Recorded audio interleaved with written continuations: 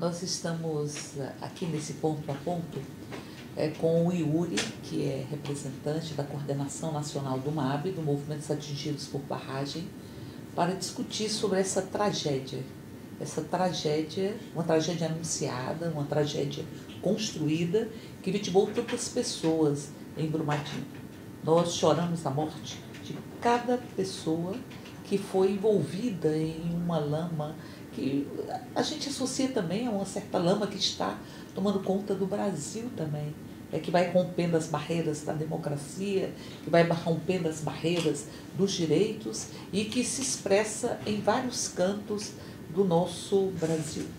E aqui nós estamos com o Yuri, que o movimento dos atingidos pelas barragens, o MAB, tem feito uma luta insistente na defesa dos povos originários, que em grande medida são desrespeitados nas construções das barragens, e também na luta em defesa da Eletrobras, em defesa de uma energia que possa servir ao conjunto do povo brasileiro, e agora tem feito uma discussão e acompanhado de perto essa discussão, a questão de Brumadinho, as mortes que ali existiram e que dói no coração de cada um e cada um de nós. Então, Yuri, como é que você avalia esse Brumadinho?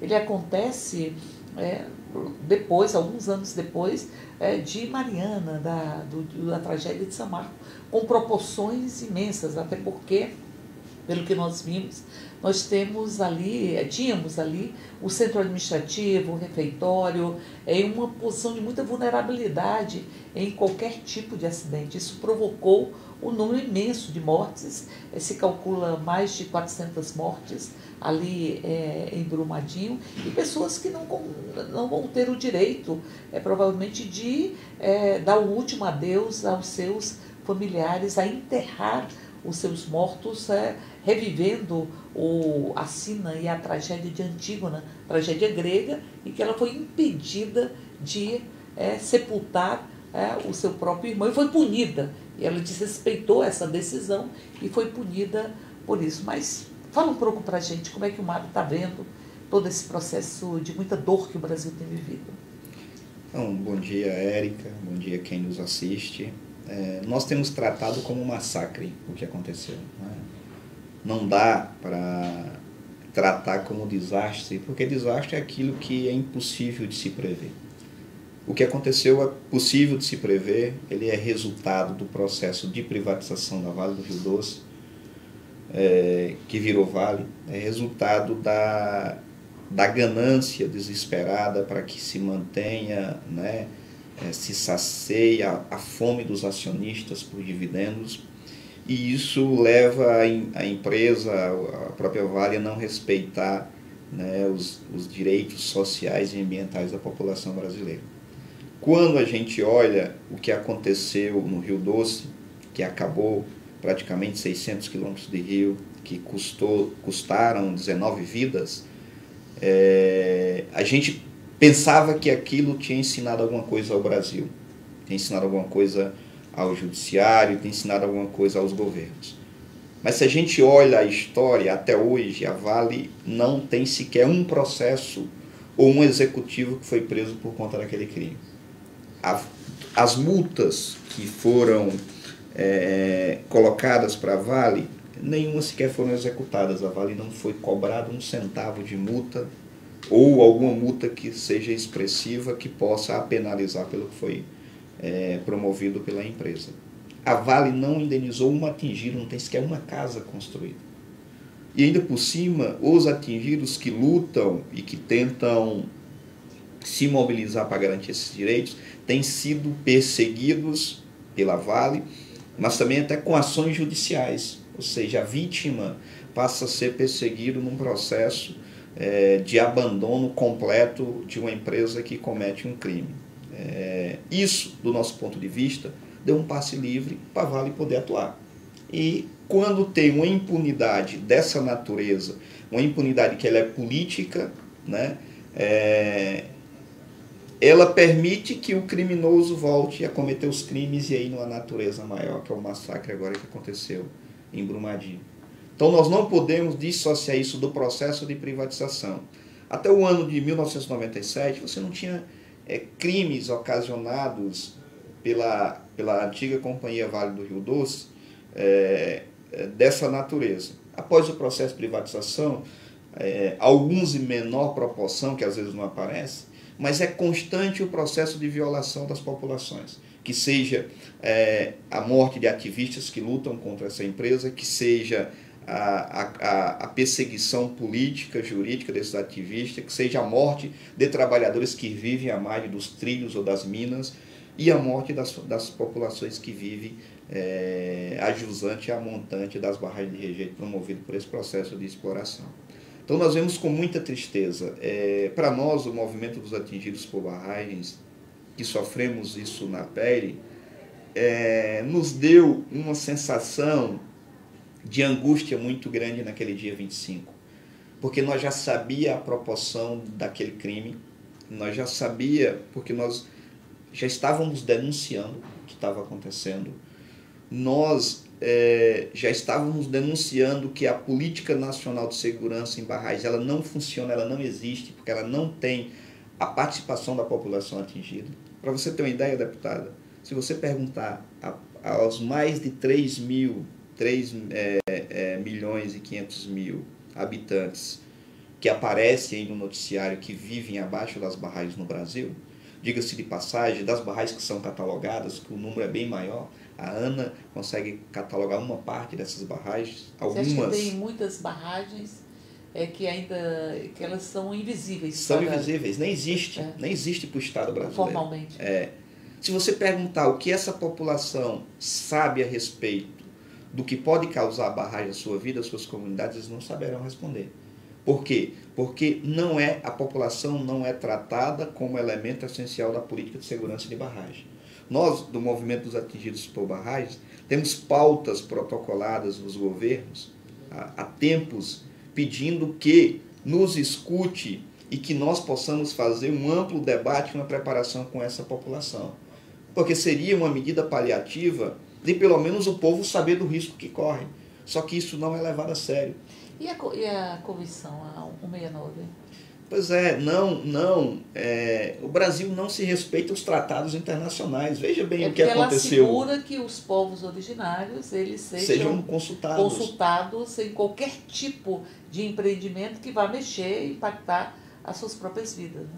Pois é, mas só que isso não é aplicado, em via de regra, não é aplicado como se deveria fazer. As populações não são, digamos assim, escutadas como deveria. Porque quando nós estamos tratando de barragens, nós não tratamos somente do povo originário e ribeirinhos. Hoje nós temos um conceito bem mais amplo. Veja bem, os atingidos por Brumadinho não necessariamente são só ribeirinhos. São trabalhadores, são populações que viviam em uma vila que de certa forma foi criada porque com a oferta de emprego você tem um deslocamento de trabalhadores para aquela região. Você muda a composição dos municípios quando você tem um empreendimento, uma hidrelétrica, por exemplo, quando você cria as grandes obras.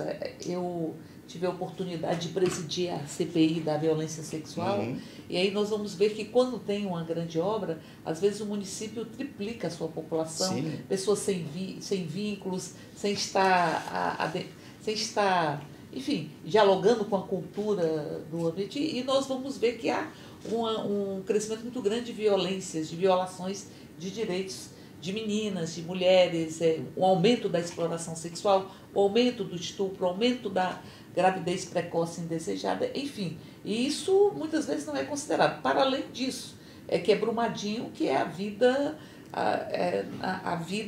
que foi ceifada, as vidas foram ceifadas. Com certeza. Esse massacre, esse genocídio.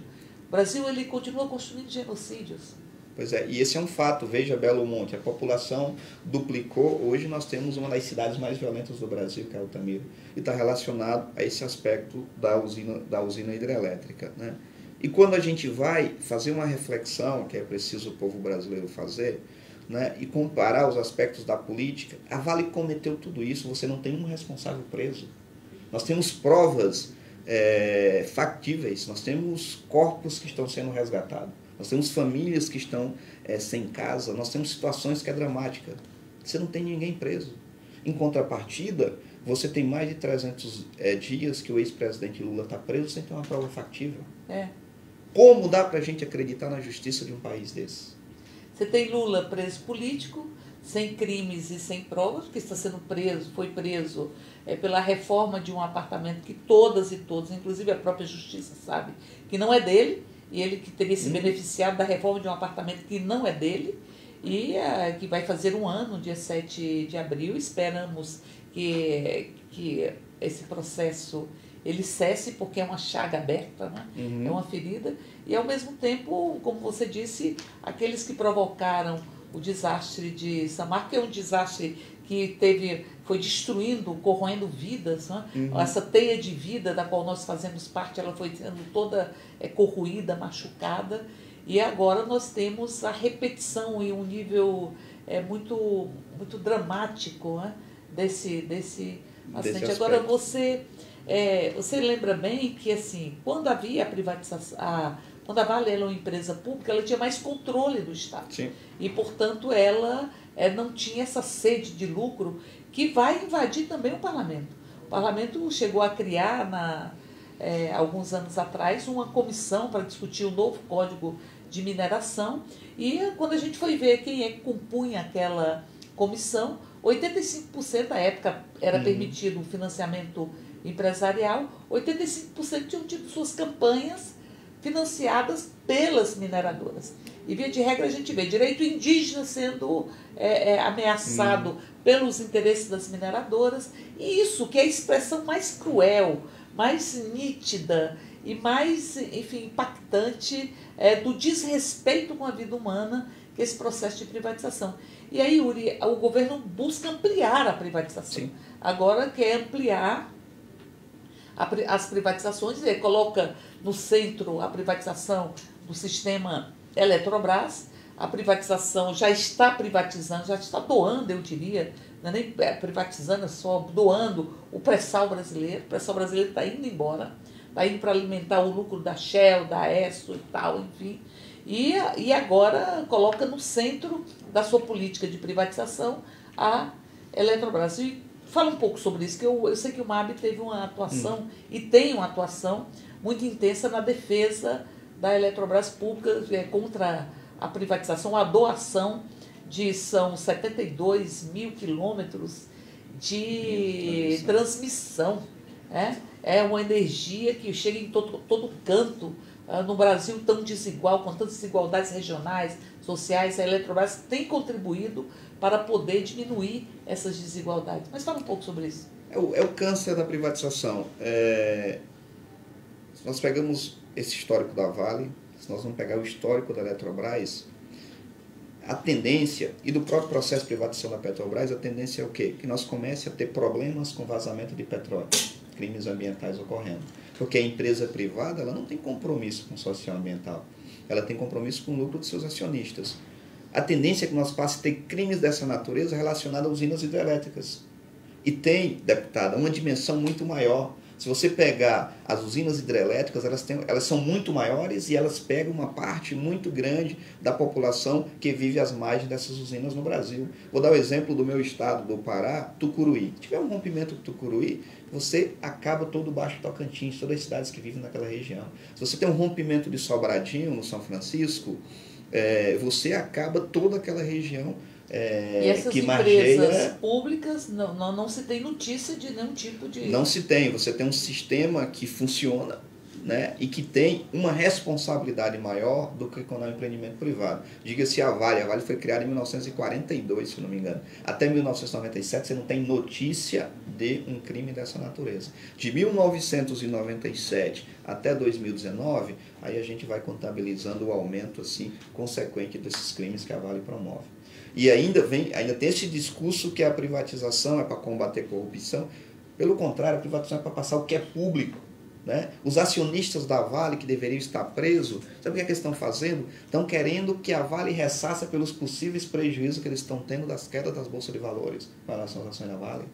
Esses são esses que deveriam estar presos por financiar uma empresa que comete massacre como a Vale está cometendo. Assim. Esses caras estão cobrando, vão ter que pagar. Né? Digamos assim, a Vale vai ter que pagar para que esses caras continuem financiando crimes dessa natureza. Então a luta contra... pessoas que não vão estar mais aqui nesse plano conosco, ele, quando se assassina alguém, é sempre muito prolongado, porque vai ficando, né? Vai ficando. Fica no sentimento, fica nas pessoas que conviveram com aquela que foi vítima de um massacre como esse de Brumadinho. Mas, para além disso... E abre uma fissura, eu acho, no coração do Brasil inteiro, né? É difícil não se emocionar falando de Brumadinho. Por isso que é preciso ter muita responsabilidade, porque esses aspectos é preciso ser apurado. Porque nós temos certeza que nós vamos ter poluição ambiental, contaminação do Rio São Francisco, contaminação do ar. Você não recupera aquela área em pouco tempo, se não tiver uma política adequada. Entretanto, isso precisa nós trabalhar com muita responsabilidade o Estado brasileiro. Porque não pode ser igual a Mariana, que foram 500 quilômetros de rio, 3 anos depois ninguém se lembra mais do que aconteceu. Estamos lá, nós, os atingidos, lutando para ser reparado, os aspectos ambientais, enfim. Ninguém se lembra mais dessa natureza, né? Não pode ficar esquecido na memória do povo brasileiro. Por isso que a gente acha, nesse aspecto, por exemplo, a contaminação do Rio São Francisco, para nós é uma realidade, não dá para falar mais como hipótese. E precisamos que o Estado garanta-nos o direito de saber qual o nível dessa contaminação. Exames periódicos, enfim. com o próprio... Sim. Mariana, por exemplo, nós do MAB trouxemos 10 pessoas na época para fazer exame toxicológico aqui, sendo combatidos pela Vale, a Vale nos laboratórios tentando pegar o resultado dos exames. Todas as 10 deu alto índice de contaminação das pessoas. Todas as 10, crianças, idosos.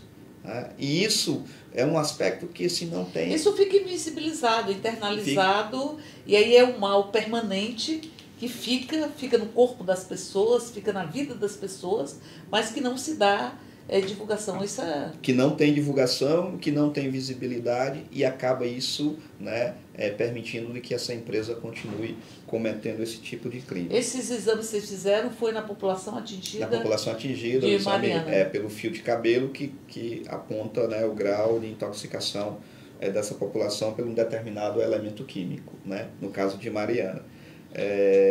Então, a gente sabe que, para nós, os atingidos, de forma geral, o dano ele é, em alguns aspectos, irreversível, em outros aspectos, a longo prazo. Não há perspectiva de se resolver o que aconteceu ali em curto prazo. Primeiro, porque levou vidas de várias pessoas, né? Nós achamos que passa de 400, não é real esse número que está divulgado. Pessoas que, muitas delas, não vão ser nem retirados do lugar que foram soterrados para que possa ter um enterro digno. Porque as condições, elas são inadequadas, você tem, pela característica da tragédia, corpos que estão dilacerados e que a gente não consegue recuperar corpos. Isso é muito triste. Um dos aspectos que a gente trabalha com a militância do MAB, o MAB está lá com uma brigada de pessoas de todos os estados do Brasil, que se disponibilizaram, o deputado, a contribuir, ajudar com as famílias, né, com a ciranda para que cuide um pouco das crianças, para que a família possa ter, né, mais tranquilidade para procurar os seus entes queridos, ajudar a organizar listas, cobrar da Vale, ajudar a distribuição de alimentos, distribuição de água, fazer todas as ações que uma brigada humanitária é necessário fazer para dar minimamente, dentro do que é possível, um conforto a essas famílias naquele momento.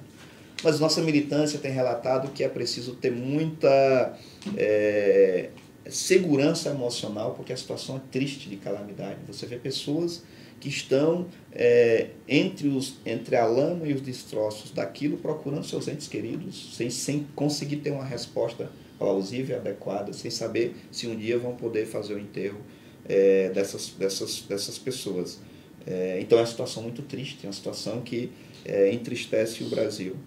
Então nós estamos com esse trabalho na região e vamos permanecer, porque é fundamental o aspecto de organização depois, para que nós possamos cobrar o Estado brasileiro e que nós possamos continuar denunciando o que está acontecendo. Né?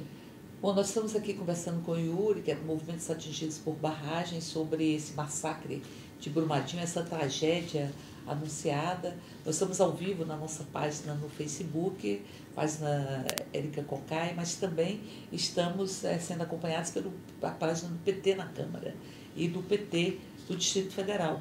Por isso, se você quiser interagir, perguntar alguma coisa, comentar, a gente está esperando a sua o seu posicionamento, a sua fala. Nós estamos aqui discutindo, primeiro, a dimensão desse massacre, não apenas com os corpos que se conta, que já é trágico o Brasil vivenciar isso, trágico. E veja, Yuri, um pouco antes de Brumadinho, o governo de Jair Bolsonaro trabalhava muito com a flexibilização dos licenciamentos ambientais. Chegou, inclusive, a cogitar extinguir o Ministério do Meio Ambiente. E colocou para titular da pasta do meio ambiente uma pessoa que é envolvida em crimes ambientais, em ter favorecido grupos empresariais em detrimento da natureza e da própria vida e da função pública. E agora nós estamos uma fala do ministro que não consegue se entender, que não, para os pequenos empreendimentos, para os grandes empreendimentos, vamos flexibilizar os pequenos. Veja, flexibilizar a legislação ambiental, inclusive não fortalecer os órgãos, ICMBio, IBAMA, os órgãos que nós temos, que são de controle ambiental, significa colocar a população brasileira em risco. Aliás, a população brasileira já está em risco, inclusive por esse governo, porque você não vê uma fala do ministro da Economia ou de qualquer ministro do governo ou do próprio presidente que fale do povo brasileiro. Só se fala do mercado. Então é preciso agradar o mercado, é preciso privatizar para agradar o mercado, é preciso arrancar a aposentadoria do povo, que eles vão fazer um crime. É um massacre de natureza continuada. Porque impor no Brasil o processo de capitalização da Previdência, como aconteceu no Chile, é condenar à morte as pessoas quando chegarem em determinada idade, na idade da aposentadoria, como está no Chile. Nunca se teve tantos suicídios de idosos, porque o que as pessoas poupam durante a sua vida de trabalho não representa uma quantidade suficiente para que ela viva na fase idosa, na última fase da sua vida. Então, portanto, nós estamos vivenciando esse massacre de natureza continuado, o que significa a necessidade de, primeiro, tentar barrar esse processo de privatização que tem provocado tantos danos e tantas mortes no Brasil, mas ao mesmo tempo também avançar na legislação e avançar no controle. Eu acho que você falava uma coisa muito importante, eu queria que você falasse mais sobre isso, mas assim, como é que você pode ter um processo de construção de segurança nas barragens e ao mesmo tempo, de vigilância permanente, sem incorporar as pessoas, sem incorporar a população. É como se a população sobrasse no Brasil com Bolsonaro.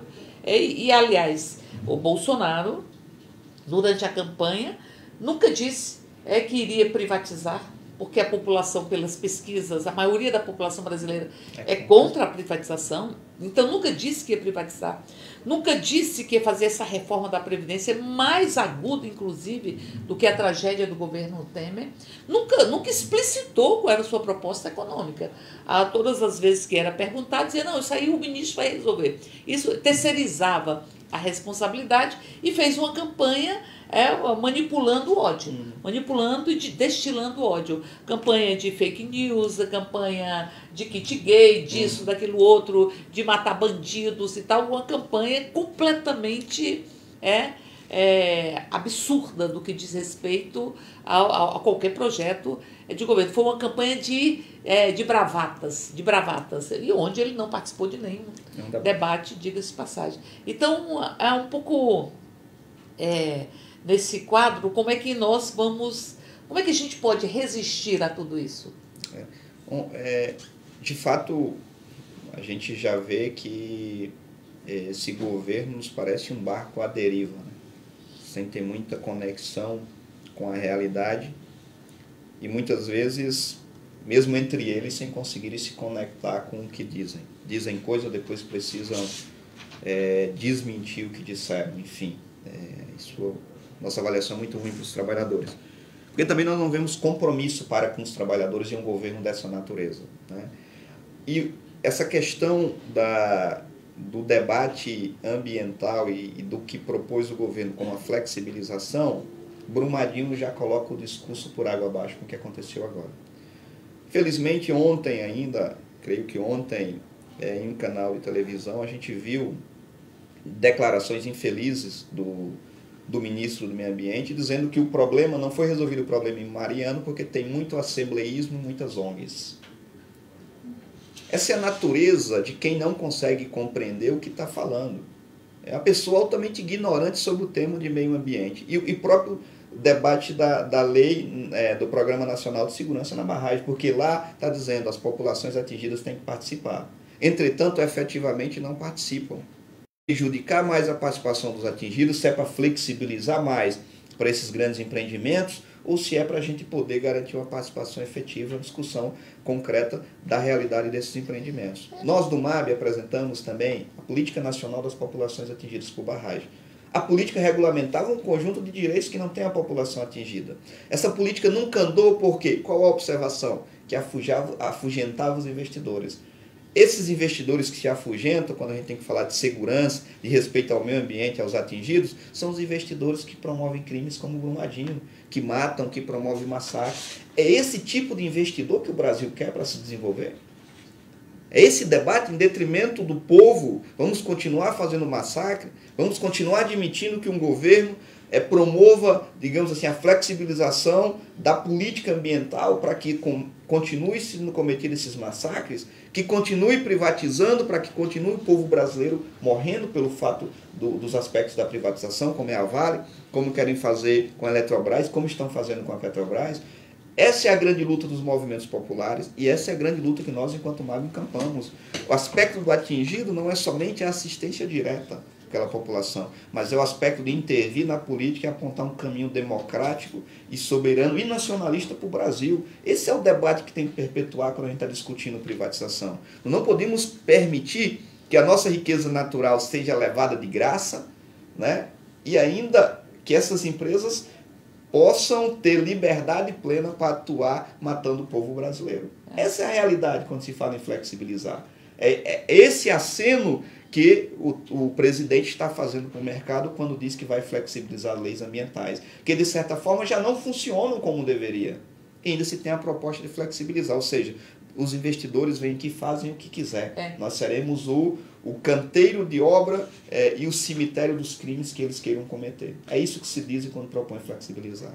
Então, isso é importante porque durante todo o processo de construção deste governo, da sua narrativa, ele sempre disse que o problema do Brasil são as ONGs, o problema do Brasil é o povo organizado na perspectiva de combater todos os crimes ambientais e de combater todas as injustiças. E aqui nós temos a manifestação da Luzia Henrique de Castro, que ela diz: privatização não tem compromisso com o meio ambiente e nem com as questões humanitárias, visa apenas o lucro, a ganância prevalece. E o Jacques Goulart que diz: Vale, uma organização criminosa internacional. E aqui a Antônia Martins que diz: privatização mata. E a Simone Silva que diz: foi crime outra vez. Fui atingida pelo crime da Vale Mariana em 2015 e agora novamente. Mas o que a gente percebe também, Yuri, e a gente já está caminhando para finalizar essa nossa conversa, mas é que como o Brasil está submetido a uma lógica de financiarização dos rentistas que levam metade do orçamento brasileiro só com serviços e juros da dívida, ou tudo que o governo vai arrecadar com todas as privatizações possíveis, não paga o que a gente gasta com juros e serviços da dívida por um ano. Então, você vende as estatais, que são instrumentos estratégicos para produzir riqueza, para resgatar cadeias produtivas, para desenvolver um projeto nacional, e aqueles recursos não são suficientes para cobrir o rombo provocado pelos cientistas durante um ano. Mas não é só isso, porque quando você não tem nenhum compromisso com a produção, os rentistas que lucram, que vivem de rendas, você é apartado do mundo do trabalho, não vai produzir um único posto de trabalho, você não produz, se não produz, não precisa de mercado interno, não emprega porque não tem produção, não tem qualquer tipo de compromisso com o desenvolvimento ambiental ou de infraestrutura, e aí nesse sentido você tem o governo elegendo seus inimigos. Não foi dito pelo ministro das Relações Exteriores de que nós tínhamos um marxismo cultural, uma ideologia climática e que era preciso combater todas as vozes que defendem o meio ambiente porque elas estavam a serviço de uma doutrinação e diz que a gente tem que bater palmas para as bandeiras de Trump. É bom lembrar que nos Estados Unidos eles não privatizam as suas hidrelétricas. Né? As hidrelétricas estadunidenses são protegidas pelo Exército. Aqui eles querem vender os rios juntos. E aí nós vamos vivenciando os massacres. E vamos vivenciando um governo que sai dessa tragédia e não aponta com nada. Está sendo divulgado, ou vai ser divulgado, um plano contra o crime aqui no Brasil. Mas eu duvido que esse plano fale do crime da Vale do Rio Doce. Fale de crimes como esse, que levam vidas embora. Como se a vida do povo de Brumadinho não importasse. Aliás, não se fala do povo nos discursos desse governo. Só se fala do mercado. Eu me lembro da tragédia grega, quando os deuses ficavam enfurecidos e eles davam em sacrifício as pessoas. As pessoas em sacrifício para acalmar o Deus mercado. É um pouco isso que nós estamos vivenciando. Então, queria que você falasse um pouco sobre isso, a gente já caminhando para encerrar esse nosso programa, essa nossa conversa, e vamos ter outras conversas no decorrer da vida, que, segundo o poeta Guimarães Rosa, às vezes embrulha tudo. Né? É verdade. Esse é um tema, o tema das barragens, ele é, infelizmente, pelos grandes crimes que ocorreu, ele é um tema que entra na pauta e é preciso a gente discutir com muito cuidado, né? Porque envolve diretamente todo esse... Eu diria que nós, enquanto atingidos por barragem, somos as primeiras vítimas concretas do processo de privatização, promovido aí nos anos 90. Porque nós começamos primeiro a lidar com as empresas privadas nas usinas hidrelétricas, onde começou um processo amplo de criminalização das organizações dos atingidos e violação sistemática dos direitos, inclusive violações que, apesar da dureza do regime militar, elas não eram da natureza que foi com o processo de privatização. Né?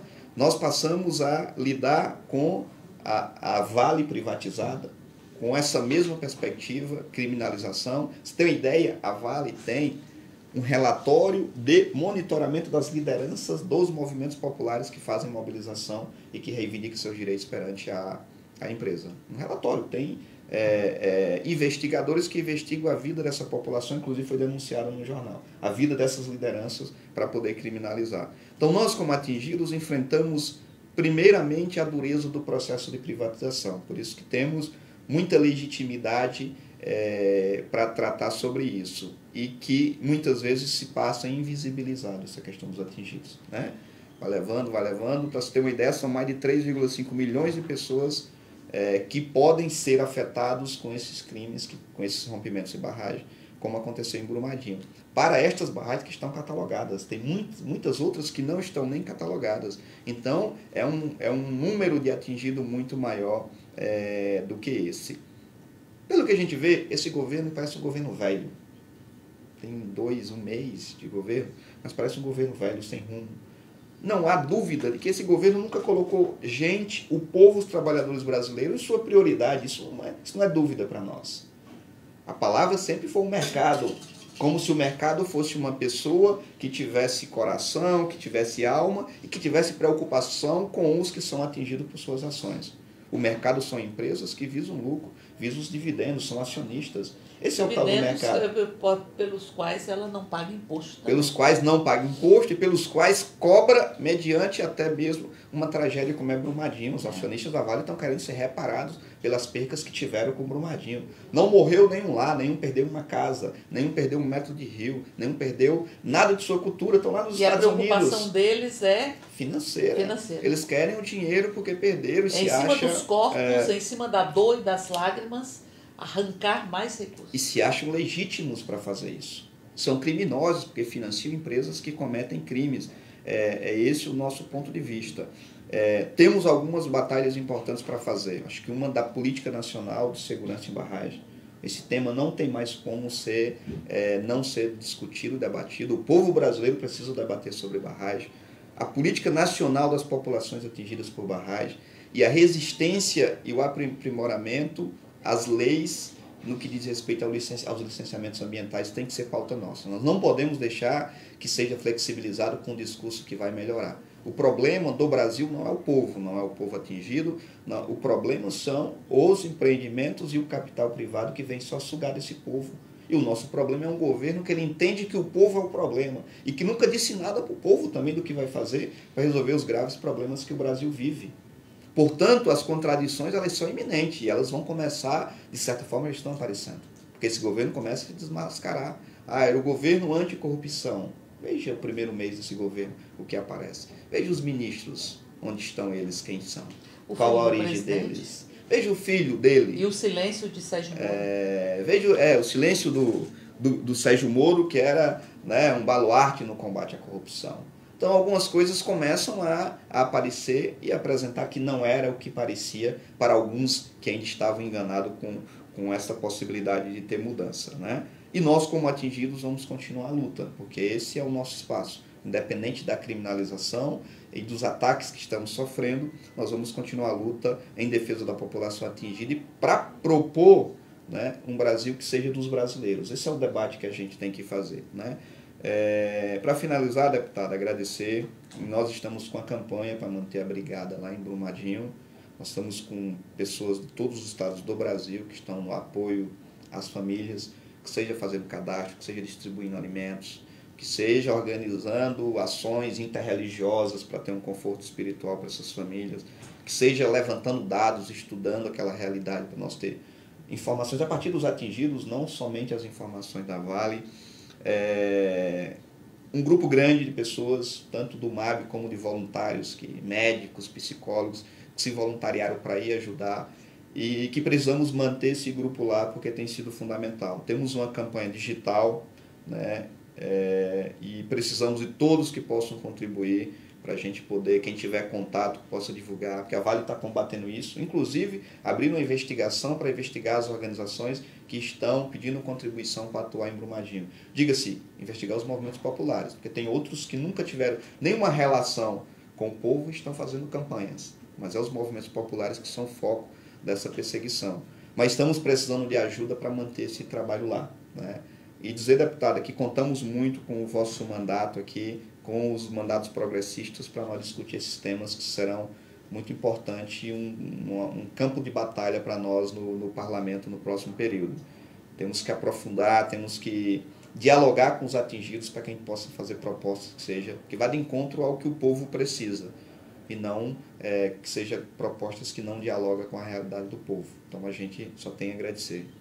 Isso, eu queria agradecer muito, Yuri, a sua participação, chamar as pessoas que possam entrar nos sites, que possam contribuir com esse movimento, porque, veja, você disse bem, esse governo encara que o problema do Brasil é o seu próprio povo. Então, o povo não pode se organizar, o povo...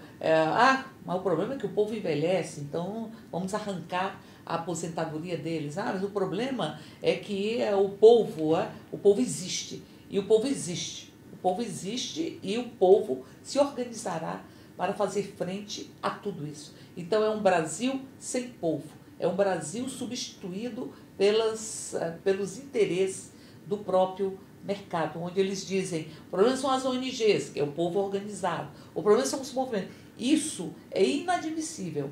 Você ter uma empresa como a Vale que faz uma perseguição e que vai atrás de fiscalizar, de perseguir, enfim, de intimidar as lideranças que se organizam e organizam a população para que a população possa valer os seus próprios direitos. É a mesma lógica do Escola Sem Partido, que é para calar as escolas, para que ninguém fale nas escolas, para que não haja consciência crítica nas escolas, para que o saber não seja repartido e construído coletivamente. É a mesma lógica da reforma da Previdência, é a mesma lógica presente neste governo, de se calar frente à corrupção que aparece aos olhos da nação, que envolve o próprio governo, e ao mesmo tempo se utilizar da estrutura do Estado contra a própria população. Isso a gente já viu. Já viu na Alemanha de Hitler, já viu na Itália de Mussolini, já viu na Espanha de Franco, em Portugal de Salazar, e já viu no Brasil da ditadura militar.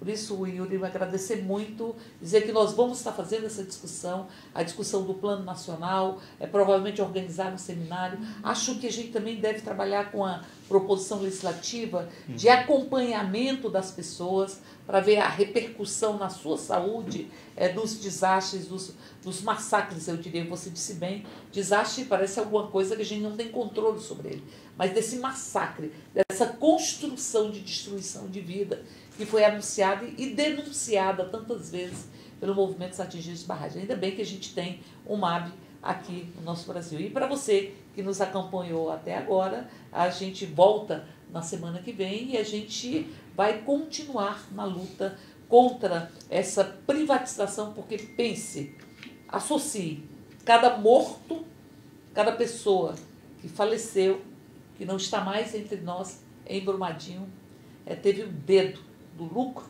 teve o dedo da ganância, teve o dedo da privatização. Não foi algo que, não foi uma resposta da natureza, foi uma construção contra a vida. E é em defesa da vida que a gente continua, é em defesa da vida que a gente segue adiante. A todas as pessoas que perderam entes queridos, a todo esse Brasil que chora e que chora tantas mortes, a nossa solidariedade e o nosso compromisso de lutar de todas as formas possíveis para que massacres como esse, esses genocídios brasileiros, não aconteçam mais. São genocídios da ganância, do lucro, são genocídios provocados pela privatização. Imagine o que será a privatização dos rios, com a privatização da Eletrobras, a privatização das barragens com a Petrobras, com a privatização da Eletrobras. Imagine o que será isso. Por isso a gente continua resistindo. Muito obrigado. Muito obrigada, Yuri, pela participação, ao movimento dos atingidos de barragem, e a luta segue.